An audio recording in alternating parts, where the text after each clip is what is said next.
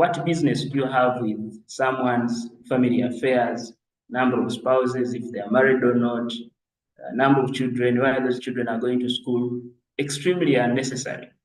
And any attempts to collect such data outside the scope of what is reasonably necessary for your purpose is failure to comply by the principles of data protection. Then you have to ensure transparency and participation of a data subject, and go on to ensure that the data you collect is quality data. Quality in the sense that it's complete and accurate. Again, we shall highlight circumstances where you actually are failing to comply with this obligation. And finally, observe security safeguards. It's not enough to seek the consent. It's not enough to be accountable to the data subject. It's not enough to collect only that data which is sufficient and adequate. It's not enough to be transparent with the data subject, but you must ensure that having collected this data, it is safe. Your system is in such a way that it is penetration free. You will not have situations where any basic hack, your system is entirely in the hands of a hacker.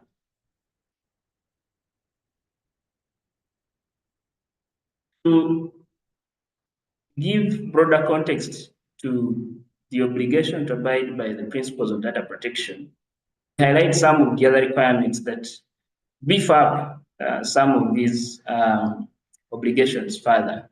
Firstly, the data collector or processor you have a duty to collect personal data directly from the data subject. The provisions of Section 11(1) of the DPPA impose this duty. However, subsection 2 of that section recognizes circumstances when the personal data may be collected from another person. For instance, where it is not reasonably practical to obtain the consent of the data subject, or the collection from another source is not likely to prejudice the privacy of the data subject. Say it could be a situation where you're receiving contact details of suggested next of kin. For purposes of you contacting that alleged next of kin to verify if indeed they know the loan applicant and therefore agree to be their next of kin.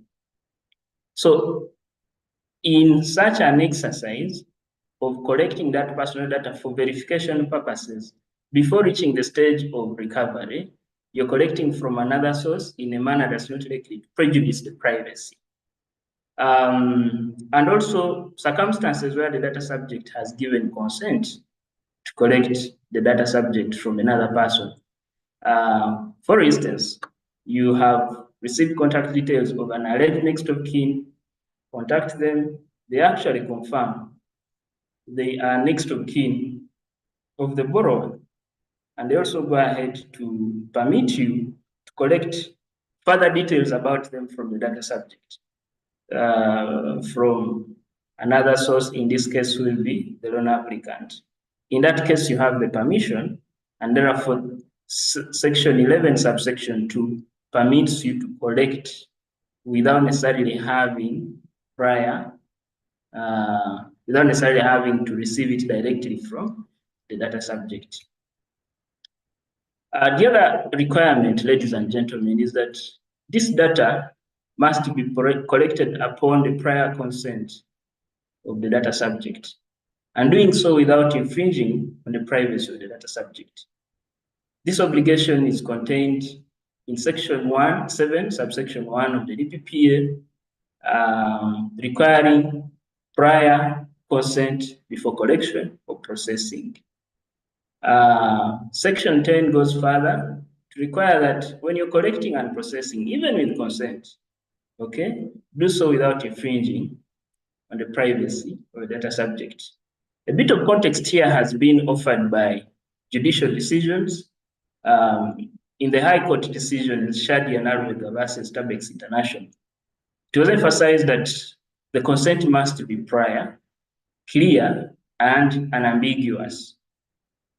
It was also emphasized that the use of personal data without the prior consent violates the data subject's privacy.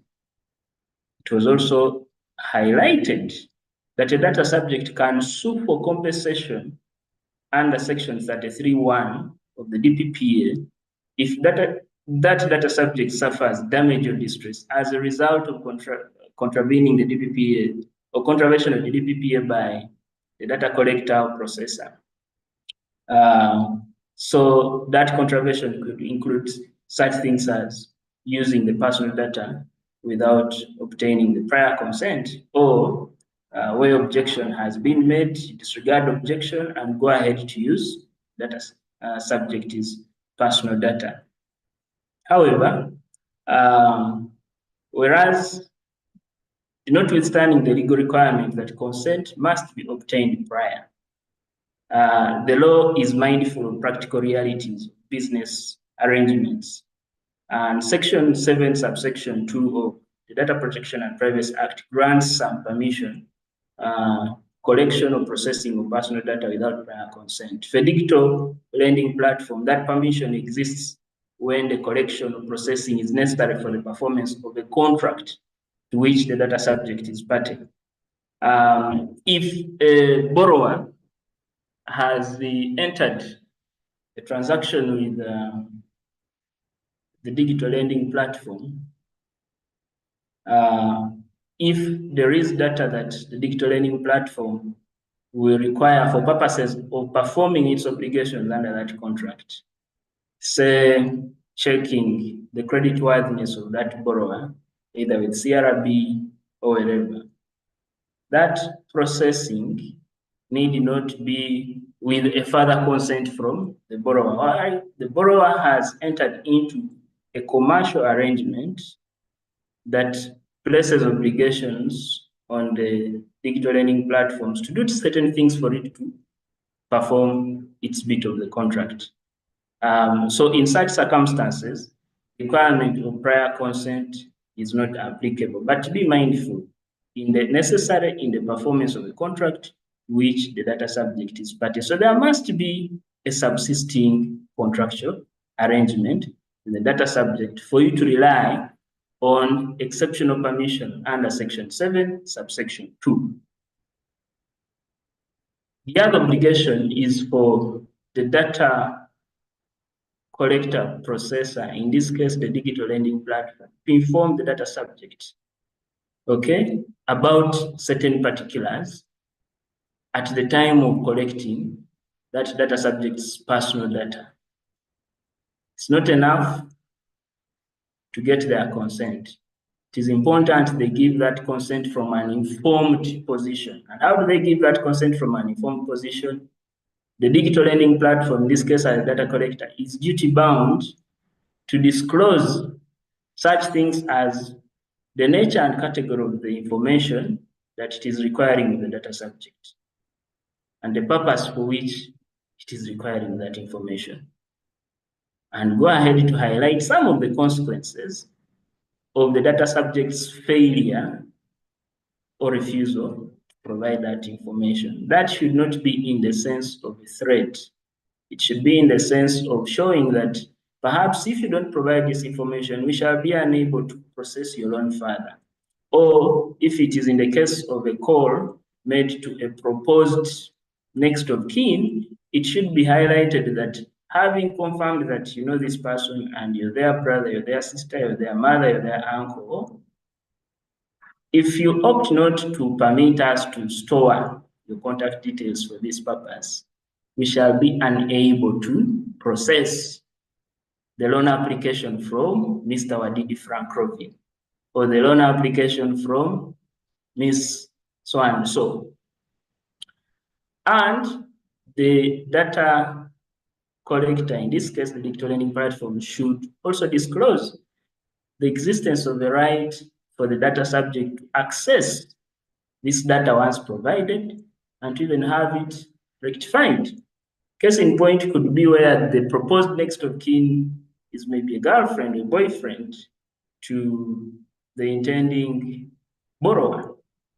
And it's important for that person who is in a potentially temporary relationship of proximity to be aware that should the relationship break down this evening or tomorrow, they can contact the digital lending platform and request the status of there being a next of kin rectified as no longer a next of kin.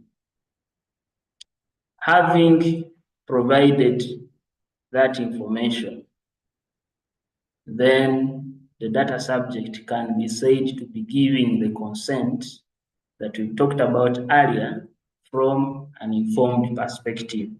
In line with the principle of collecting data fairly and lawfully, as a digital lending platform collecting data, you will have collected data fairly if the consent was informed upon having fully and meaningfully informed the person from whom the data was sought to be collected. In terms of section 13, subsection 2 of the Act, where data is collected from a third party, and that third party is a data subject, that data subject must be given the information above as soon as practicable after collection. Again, this addresses situations where you have a fully well-meaning digital money lending platform desiring to comply with regulatory requirements, is registered, is collecting data from the data subjects themselves, or where it is not practical, collect the data from another source for purposes of accessing the data subject to verify. When you do so, say for instance, where the borrower has provided information about an alleged next of kin, Section 13, subsection 2 of the Act requires you, the data collector, you, the digital money lender, provide the information above that we've just highlighted, the information that's necessary for a data subject to give meaningful consent. Provide it that data subject as soon as it is practicable. Yes, we understand it was not possible for you to know this alleged next of kin before the borrower supplied their contact details, which contact details amount to personal identifying information of that alleged next of kin. What is as soon as practicable in that circumstance is as soon as you've received that loan application, prior to disbursing the loan, or after disbursing the loan, going ahead for your system to prompt either through a message or a phone call or an email requiring the alleged next of kin to actually verify and confirm that they know Mrs. Mary Wadidi to be, their wife, and she has applied and supplied information as their next of kin. Is that true? Then I confirm, indeed it is true. This requirement is not discharged if that phone call, that email, or that text is reaching the alleged next of kin at the time of seeking to recover the loan after the borrower has defaulted. That does not fall within the scope of as soon as practicable. So failure to do that and purporting to do it at the stage of recovery is actually acting in breach of legal requirements under the DPPA and regulations they are under. And as we shall note later in this discussion, that would amount to circumstances justifying cancellation of your certificate and maybe suits. So that section recognizes those realities. Do everything you can to comply. I'm mindful that time is not on our side, so I'll try to pace up for the remaining aspects. The other requirement is to ensure that the quality of information collected is accurate, correct, and complete. A situation where that was being highlighted by Mr. Renato Rugendo while responding to the Honorable Deputy Speaker's post, that when he tried to find out who the alleged borrower was, he was surprised to learn that alleged borrower was his usual boda person. Had the digital money lending platform approached Mr. Renaitwe well in time, maybe at the time the application was being made, it would have verified and ensured that whoever is alleged as next of kin is accurately next of kin, not just some random customer out there. So it means that as digital lending platforms, you owe a duty of care to the public to verify that an alleged next of kin submitted by a loan applicant is indeed their next of kin. Okay, and therefore in doing so, you comply with other requirements that we've highlighted above. Failure to do that leaves you exposed to lawsuits under Section 33(1) of the DPPA for any distress or damage, like in the situations highlighted in the screenshots we shared, when the digital lender starts harassing a third party alleged to be next of kin to defaulter, when actually they have no idea about the third party. Or even if they know the third party, they would not have wished for their information to be recorded for that purpose. They probably don't have that relationship of control or confidence in the alleged borrower. So failure to give them the opportunity to verify and confirm is breach, which might occasion distress to that third party, and you'll suffer lawsuits. There is a duty that you collect on the data that is relevant, but not unnecessary data. We have highlighted bits of that, but we also note that it may not be necessary to take certain information. So observe the minimality principle. The other requirement is that collect personal data for specific and lawful purpose. Now, this is very important. A specific and lawful purpose.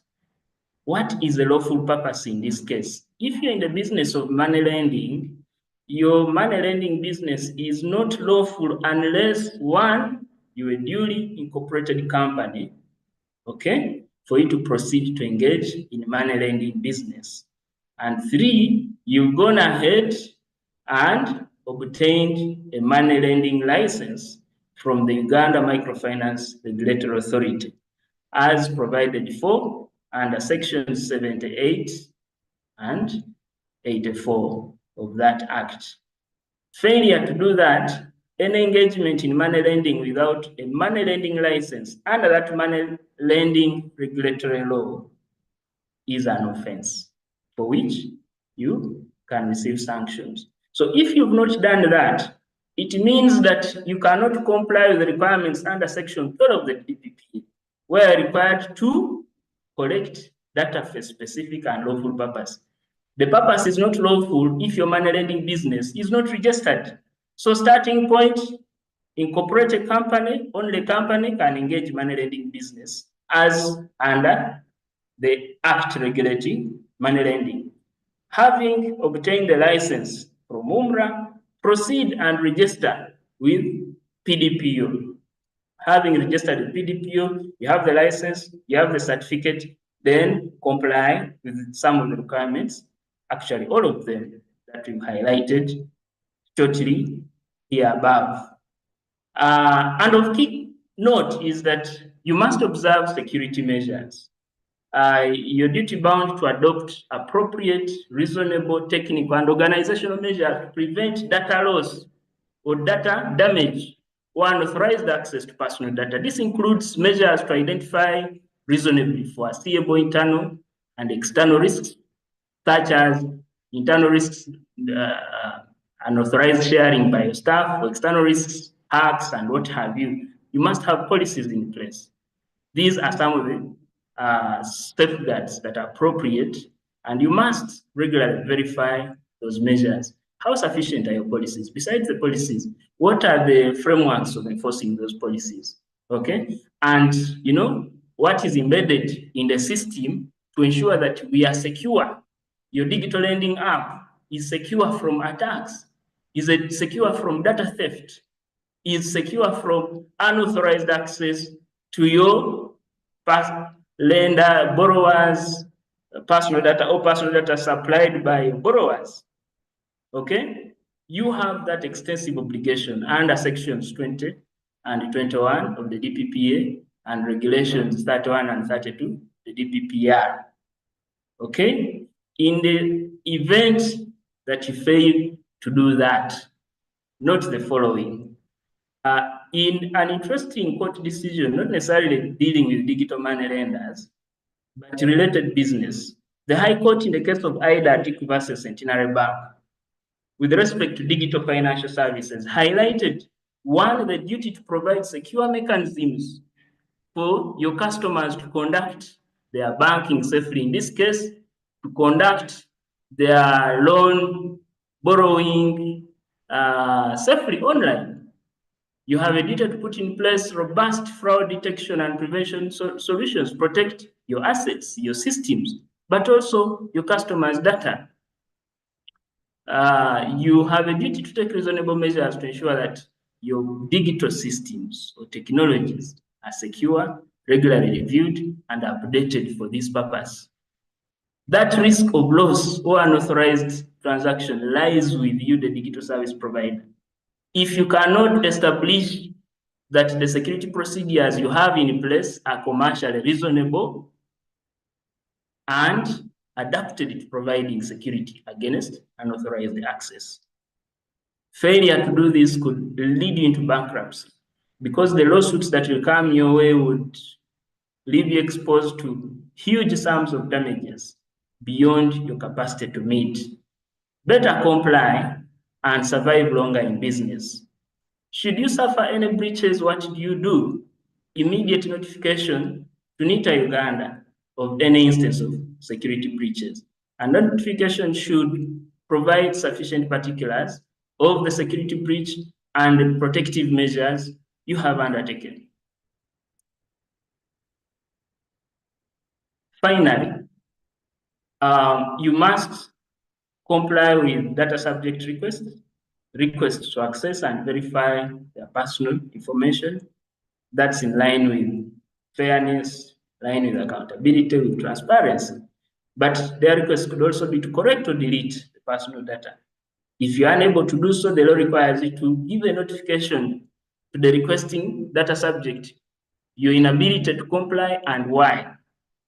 And the reason why should be grounded in law. Perhaps there is still a subsisting contractual obligation with which that data subject must comply before you go ahead and actualize the deletion of their personal data. And finally, you must prevent further processing of personal data the moment the processing is not compatible with the purpose for which the data was collected and the data subject has so requested. What then is the fate of the data subject in case the data collector, being the digital lender, has breached these and other legal requirements that we've not had sufficient time to highlight? The remedies of breach: one, the data collector can be requested to rectify the data, or can be requested to delete, as we've just highlighted. If the data subject is so aggrieved, they can complain to PDPO. But if they've suffered distress and have all suffered damage, they can sue for compensation. Compensation, monetary, for the digital learning platform that leaves you being so terribly financially. Ladies and gentlemen, having navigated through the nature of the industry, how it is set up, and how the setup involves collection, processing, and storing and using personal data on a very large scale without any physical interaction with any of the people supplying the personal data. Here are some of the recommendations to avoid situations that could either lead you into trouble. Recommendations that should enable an aggrieved data subject have some recourse. One, For the digital lending platform, please, first recommendation, obtain a money lending license. But before you do that, incorporate your business as a private company, as required by the Tier 4 Microfinance and Money Lenders Act. Having obtained a license from UMRA, go ahead, register as a data collector, processor, or controller with PDB. We highlighted the procedure for such registration. Having registered, go ahead and designate one of your staff as a data protection officer who will ensure compliance, continuing compliance with the requirements of data protection and privacy legal requirements. Having done all that, design your digital lending platform, comply with these requirements as highlighted by the cases we have discussed. Sit down with your development team, together with your either in-house or external counsel, and consult services of an expert in data protection and privacy. What must we look out for? Can you audit our system?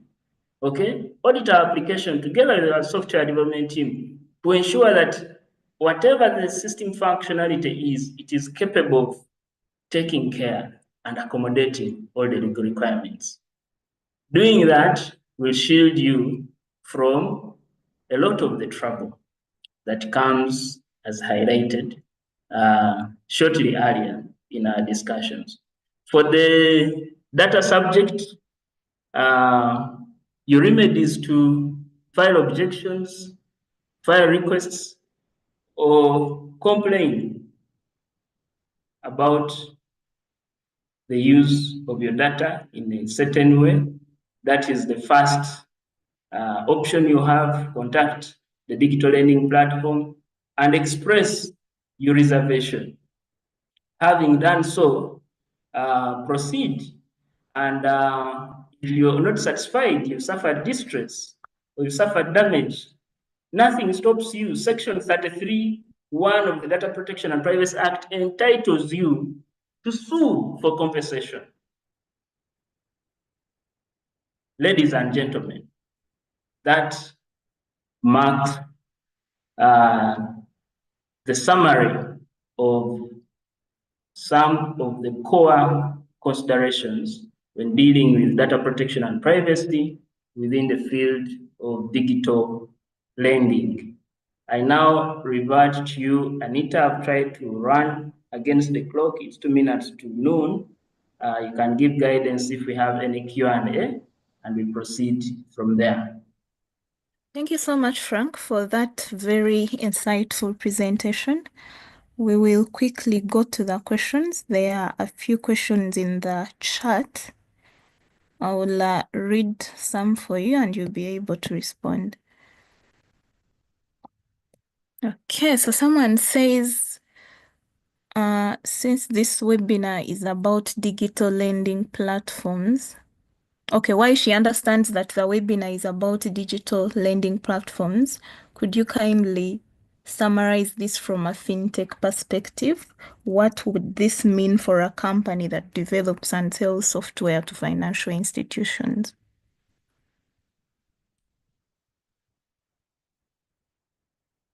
That's well noted. Can I note all of them and respond at? Okay, that would be perfect. Okay. The next person says, thank you so much for the insightful presentation. The questions are the digital lending regulations applicable only to users of mobile apps? And then the second question is, what is the regulatory position when a lender employs electronic methods for loan review and appraisal, such as through USSD or by requiring borrowers to sign loan agreements shared via email? And then, okay. Pardon me with that again. The third one. Okay. What is the regulatory position when a lender employs electronic methods for loan review and appraisal, such as USSD, or by requiring borrowers to sign loan agreements shared via email? I hope you were able to capture that. And the next questions are, okay, Frank, were you able to capture that?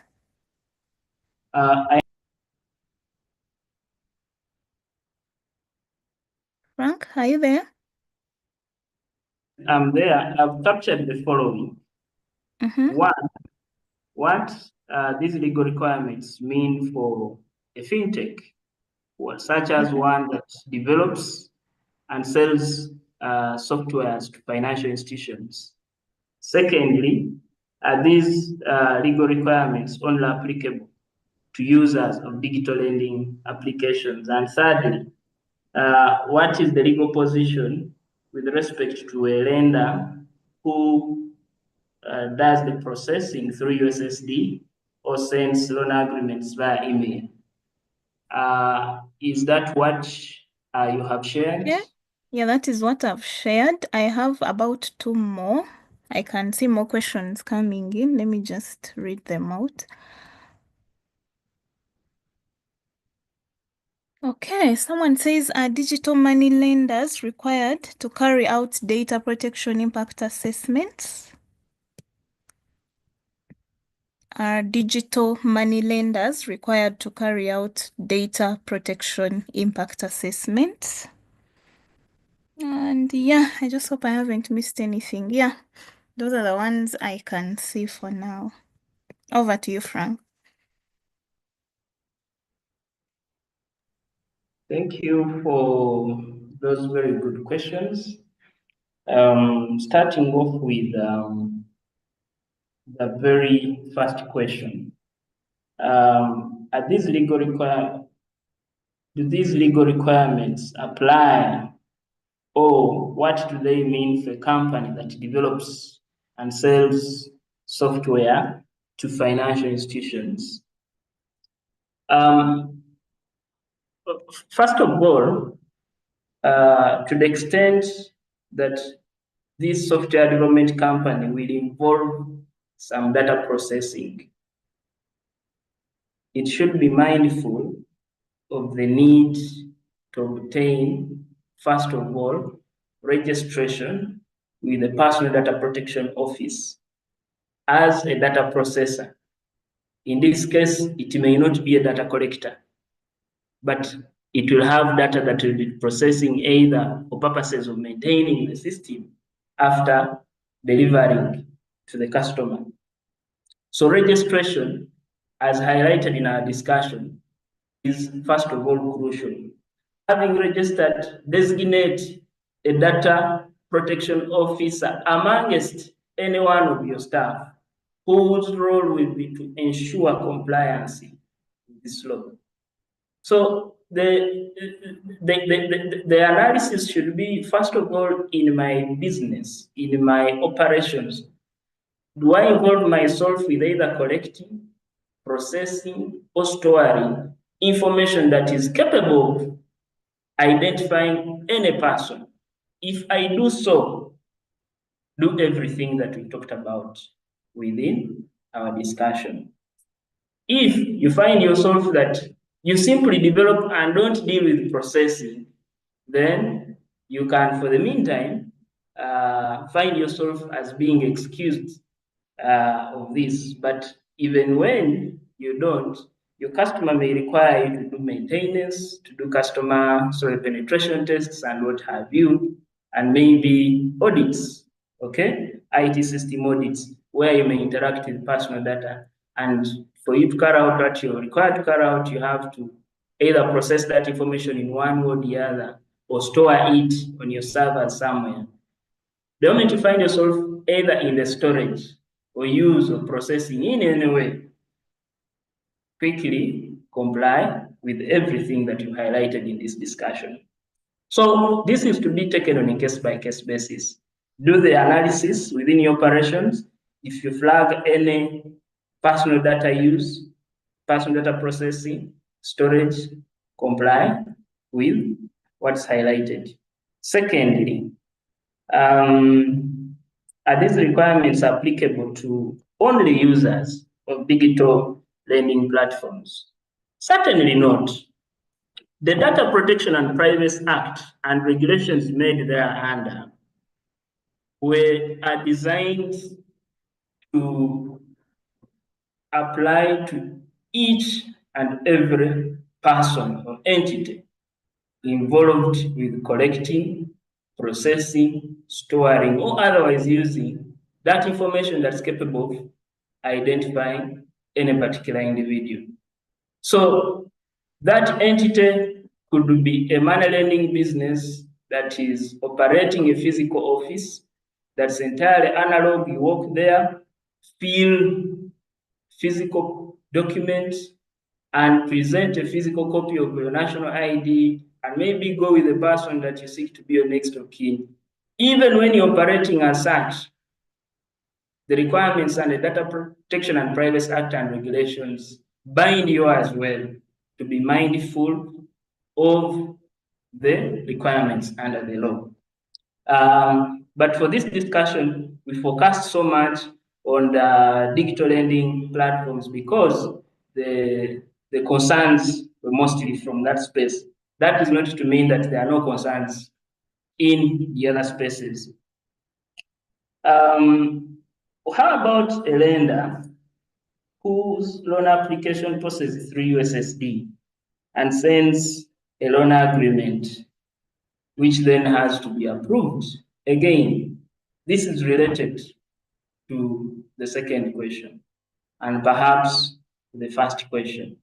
Whether you're using USSD code, whether you're sending the loan agreement via email, whether you're texting SMS the terms of SMS text of the terms, whether you're actually just physically speaking, then you must comply with the highlighted requirements.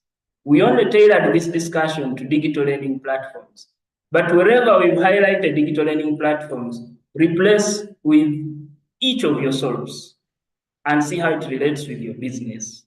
Because the letter of the law is neutral as to who, for as long as you're engaging in the collection and processing. So to the extent that the loan agreement will capture details, identifying the borrower, perhaps identifying next of kin or guarantor, all such information is personal data. Register, okay, with PDP or get a certificate. Having registered, comply with everything wherever you find yourself dealing with such aspects in your business. The other question is, are digital lenders required to carry out impact assessments? Yes. The obligation to carry out impact assessments is a creature of the regulations. I am trying to, I can't get the specific regulation of CAF, but yes, digital lenders ought to carry out impact assessments, especially following guidance from PDPO. PDPO ought to issue some guidelines, especially on which processes would likely lead to certain impact on the personal data, especially where the bulk of the business processing is going to happen outside of jurisdiction, okay? Where you're doing the processing from, do they have protections, equivalent protections in Uganda? And will the systems be secure? If the systems will be liable to any risks, how do you propose to deal with those risks? So yes, that question is equally answered in the affirmative. Over to you, Anita.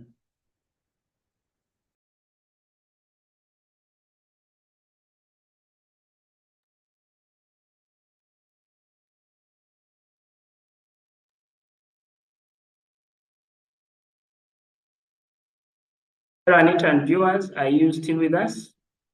I think yes. I have responded to the questions. Do we have any other left? Okay, thank you so much, Frank. Someone had shared a question. If you don't mind, you could just take it and we close. I can see we have shot about 11 minutes. Someone said, "Thank you, Frank, for your insightful presentation. I would like to know your thoughts on how best these legal frameworks can be implemented." If you could maybe handle that, and then you could also give your closing remarks.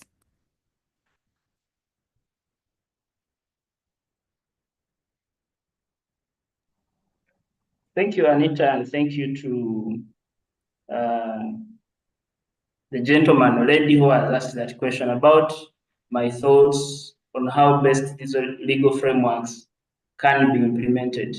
My thoughts basically are that it's very important for businesses, whether digital money lenders or any other business, to engage the services of professionals to guide them,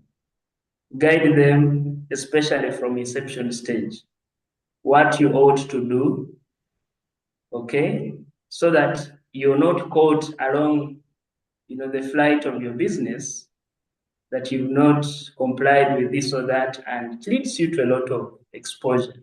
So first and foremost, it's very important that you engage services of a professional, and especially be mindful, professionals who understand that specific sector, guide you whatever you have to comply with. If you're going to engage in money lending, first of all, incorporate a company. Secondly, register with the UMRA. How do you register? The professional will guide you.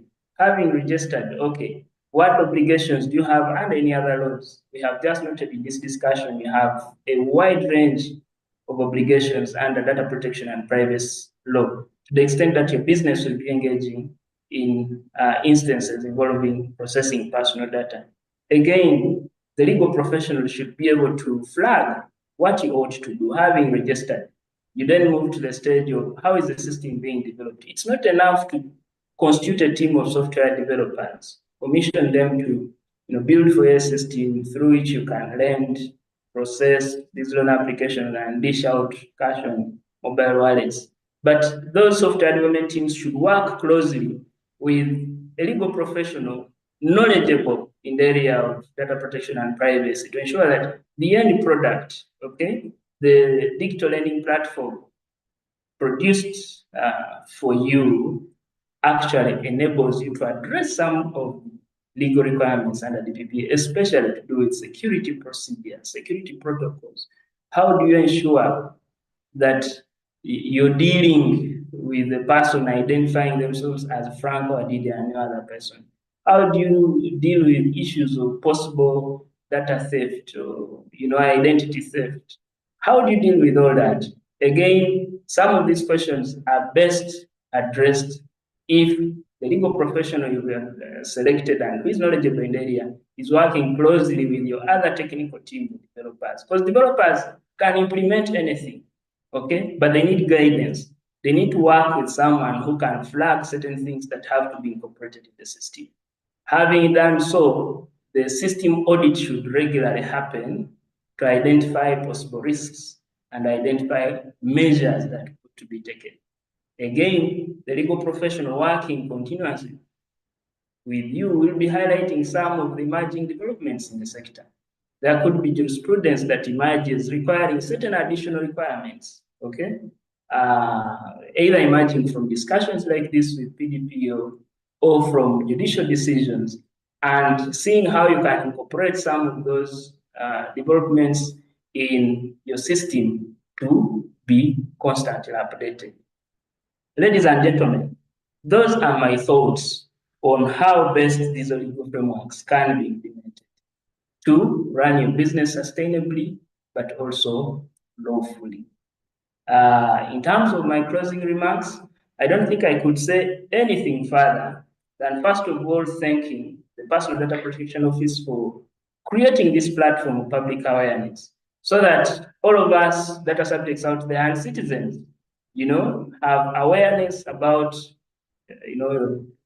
rights as a data subject, the obligations you have, what due diligence you have to undertake as a data collector, what requirements are you bound to? Okay, it's a very important discourse, so that it is easier to promote collaboration from an informed perspective. Having had this collaboration through, dissemination of information and what have you, it's important that all of us that are subjects out there be vigilant.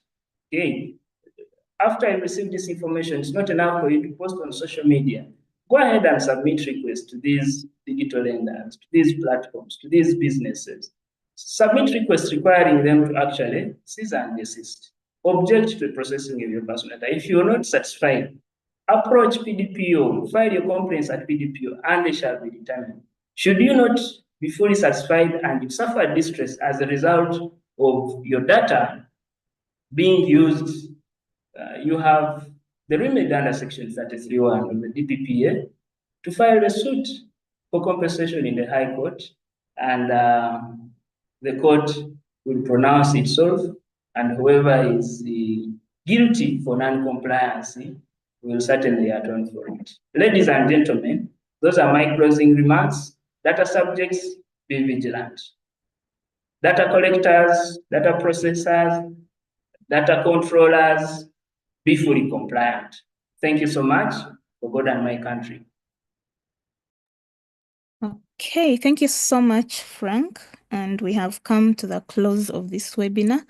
As we conclude, on behalf of the office, please allow me extend our heartfelt thanks to you, Frank, for sharing this expertise. And of course, our audience for your active participation as well. Of course, understanding legal frameworks for data privacy in digital lending, especially in today's digital age, is really, really vital. We hope this session has been able to provide important insights on the same. Please look out for an email with a webinar recording and presentation. I earlier shared a link in the chat. Kindly click on it and give us feedback regarding today's presentation. We encourage you to continue this conversation and apply the knowledge gained today in your respective fields. Thank you so much once again, and have a wonderful day. Wonderful day too. Bye-bye. Bye.